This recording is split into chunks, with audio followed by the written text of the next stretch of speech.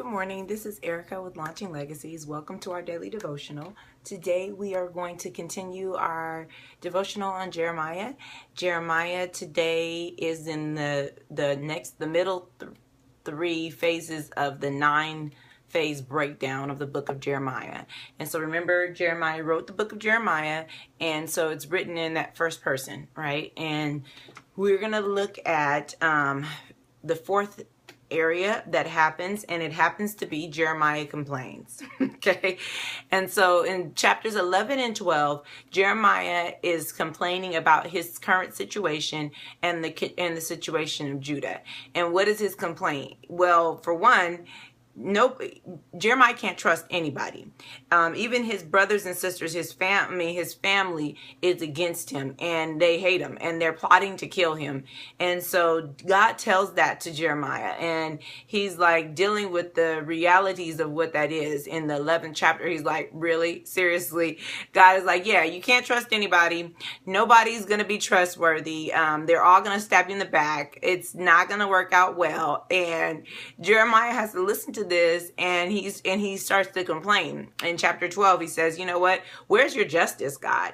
Not just about these people who are being evil towards him, but also about the enemies of Judah that are evil and have their own things that they're doing. And he says, you know what, they say that they love you. I mean, they say that they love you. Some of the children of Judah have been saying that they love you, and their hearts are nowhere near. They're not even close to you. They're not even thinking about you, and yet they're blessed. It's like you're blessing them even though they're doing evil. What am I supposed to say about that? Like, how am I supposed to respond to that? What's going on with you? Are you really a just God? And so Jeremiah is having a hard time, right? His family is plotting to kill him. So that is problem number one. But then problem number two is that he really feels like it doesn't matter who's plotting to kill him. All these people are doing the wrong things. And Jeremiah is never seeing the justice of God.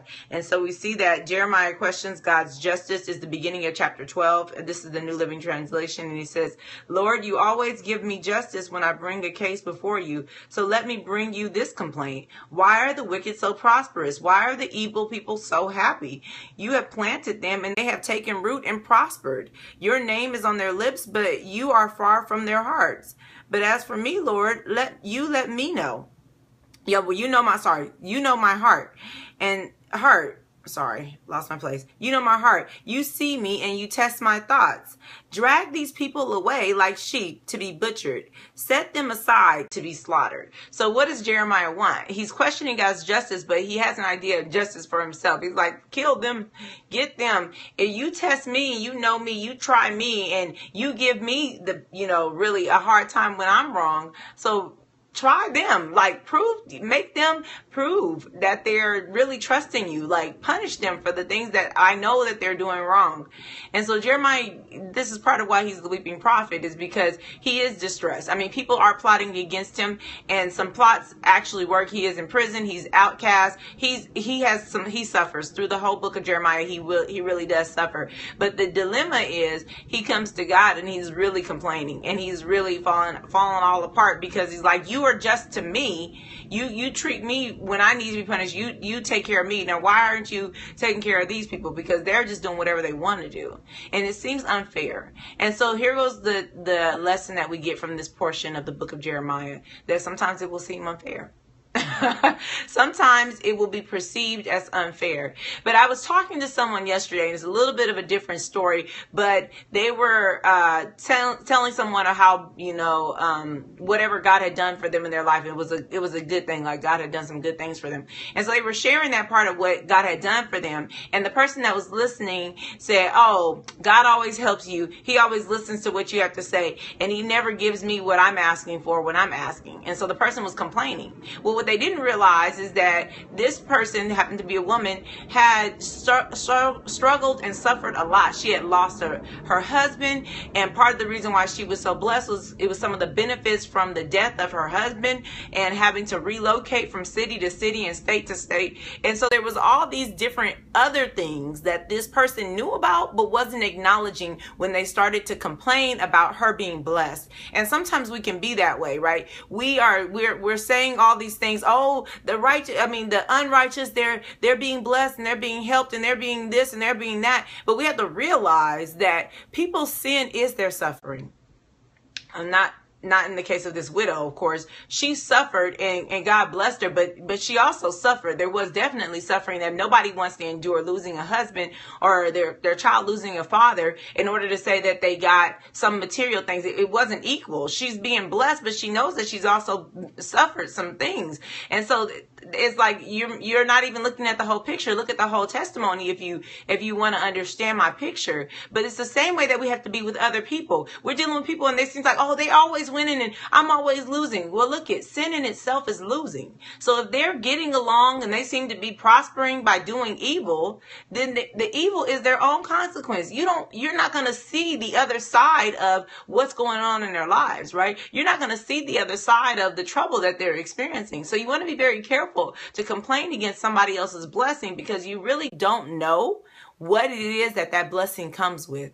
And I can almost guarantee you that many people and most people in life will have both suffering and blessing. And if we covet their blessing, we also need to understand that we, in fact, are coveting their suffering. And I don't want to covet somebody's suffering. I don't want somebody's suffering for myself. I think the suffering that I have for my own life, my own current situation, really is enough. I don't think I need theirs as well. And you don't know what theirs might be. And so that's the lesson in this part of Jeremiah, is that you got to be careful what you think you want and what you think you're looking for, because you really don't know. Now, Jeremiah here he's going to suffer. He's going to suffer even more than he has already in the 11th chapter as we go through the rest of the book. However, God responds that he's going to take care of the people who are doing the wrong thing, that he doesn't have to worry, that those people will have the consequence for their own behaviors because he's a just God. And so he answers that for Jeremiah. So now let's look at the next part of the book. The next part of the book is pretty straightforward. Jeremiah starts to predict what's going to happen to Israel. And the reason why it's a prediction is because of this. It's a prediction is like a hypothesis, an educated guess of what's going to happen. Well, here goes the story. So God was telling the children of Israel that they need to give the land rest, and they didn't do that. And because they didn't give the land rest, they ended up having to have the land rest by force. And that was the captivity that they spent in Babylon. So they spent 70 years in Babylon, which was equal to the amount of time that they had not let their land rest. Okay, so why is this a prediction? Jeremiah just says straight out, look, you're going to be in captivity. It's going to be 70 years. Why? Because God wants the land to rest.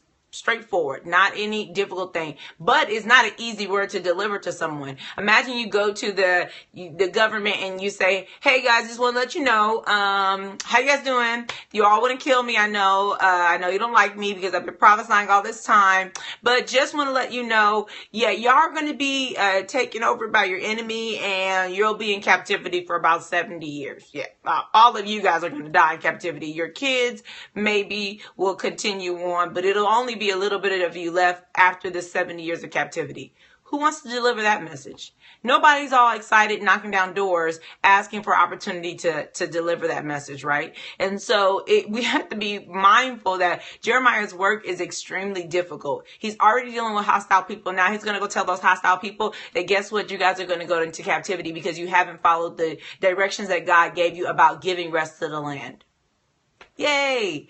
It's just not a happy moment, right? However, it's the truth. It does happen. He predicts it. It does happen just as Jeremiah says that it's going to happen. It's written down, as documented, and we find out later that that document is read, and its fulfillment is complete. This prediction, this prophecy is complete when the children of Israel have suffered, have been in captivity for 70 years. So what's the implications for us? So I think when we look at this portion of Jeremiah, we have to just know that sometimes we are going to deliver a difficult word, not a generalized difficult word, but a specific word. Like when you have to tell someone that their behavior is why they're suffering. That is so hard. It's like, oh, okay. So somebody's like, you know what? I just keep getting evicted. I don't understand why these people are so hard on me. They just keep evicting me. And you have to tell that person, yeah, you're probably getting evicted because you don't pay your rent on time, you don't take care of the property, and you haven't done what you're supposed to do. I mean, that could be the reason. If you have to deliver that, Doesn't feel good, but it's the truth, right? What happens is it's the repercussion of your own behavior, and people don't always want to hear that. As a matter of fact, most of the time they don't want to hear it, because they're like, well, where's the grace and where's the mercy? Grace and mercy do abound, but it's not without natural and logical consequences. Look, if you don't pay your rent, they're going to evict you. Very, very plain and simple. This is not mysterious. It's not convoluted. Now, can he step in and give you grace and mercy? Absolutely. Does he have to? Absolutely not.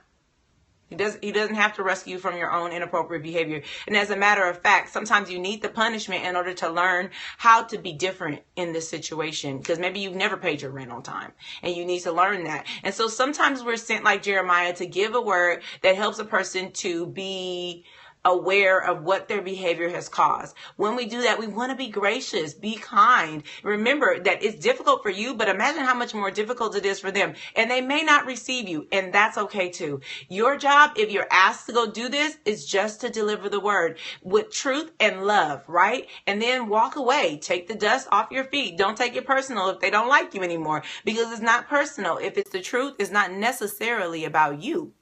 It's just the truth. It stands on its own. Doesn't need to be defended, doesn't need to be argued about. You don't have to have out with the person because you got to tell them the truth. All those places aren't necessary.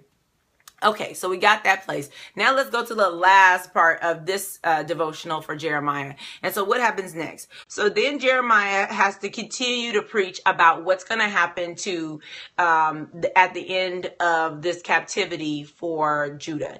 And so he's prophesying now. He's telling what is going to happen way, way, way beyond the end of the captivity, what suffering is going to happen, how God is going to justify the whole situation. And so this is kind of interspersed throughout the book of Jeremiah. He just literally says, these nations will be consequenced this way. And so he prophesies different wars, different issues that are going to happen in this section of Jeremiah. And, I guess when you think about it, it's like doom on top of doom, right? You guys are going to be in captivity for 70 years. Oh, yes. And by the way, all of these other things are also going to be a problem. So it doesn't feel good. And this is not connected to a specific behavior, in that like the 70 years of captivity was you didn't let the land rest, and so you're going to be in captivity for these times so that the land can rest. That's what that time of captivity is for, to give my land rest because you didn't do it. Okay, so now when we move into this next area, it's not like you didn't do this so you're going to get that. It's just, okay, I have to tell you some hard times are going to come.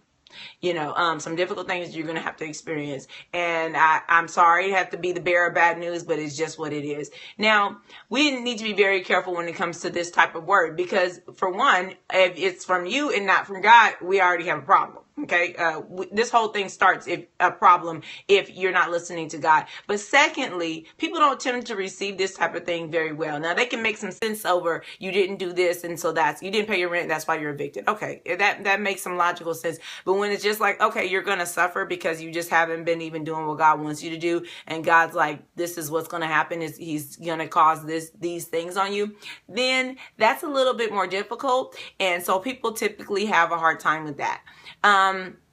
So you just want to make sure you have knowledge and wisdom from God. But then what's the end summary to these types of words if you're asked to tell somebody something difficult? Again, the truth should always be bound up in love. So be loving, be compassionate, be kind. What would you feel like if you had to have a word like that delivered to you? Wouldn't feel good. So remember that it's not going to feel good to them. And then lastly, what do we need to understand? What do we need to really accept in our hearts regarding this matter is that it's God's word to them, not your word to them. So don't take it personal. You might not be liked for having to deliver a word like that. For one, you better make sure it's God that's telling you to deliver it. Otherwise, you're suffering for your own sake, and somebody will have to tap you on the shoulder, right? And say, well, the reason why you're going through this is because you did something you weren't supposed to be doing. But if that's not the case, then just remember, this is God. He wants to give a message to someone. That's his business. That's between them and them. You're a messenger, okay, but you need to be able to be that kind of messenger that gives the word, gives some understanding, gives some insight, gives some encouragement. Tell them, what, you should pray about this. You should read the word in this area. You should spend some time with the Lord and make sure, that you and him are having a good communication in this area, and then slide on out. Don't spend time there so that you can be the bearer of bad news and the receiver of punishment for the bad news. You don't want to do that. So you want to make sure that you get in and get back out, because it's not your role to sit there with a person and suffer for this cause that's not necessary. So it takes a lot of wisdom to be like Jeremiah was, giving word to people who are difficult, and difficult words, right? It's not just the people that are difficult. Jeremiah is suffering because the people are difficult, but he's also suffering because this word is extremely difficult. And so if that's you, I want you to be encouraged. Jeremiah had to do some very hard things. You may be called to do difficult things too, but be encouraged. God will be with you. If he sent you, he'll be with you. And you can use this truth in love. All right. I'm praying for you. I hope that you're praying for me. Tomorrow we're going to finish the rest of the book of Jeremiah and see what lesson we've got from it holistically. And then we'll be on to another devotional. But until then, why don't you read the book of Jeremiah, start with the 11th chapter, and let's see, what section did we end in? We start the 11th chapter, and you can end in the 39th verse, and 39th chapter, and that's basically what we just summarized today. Until tomorrow, be blessed.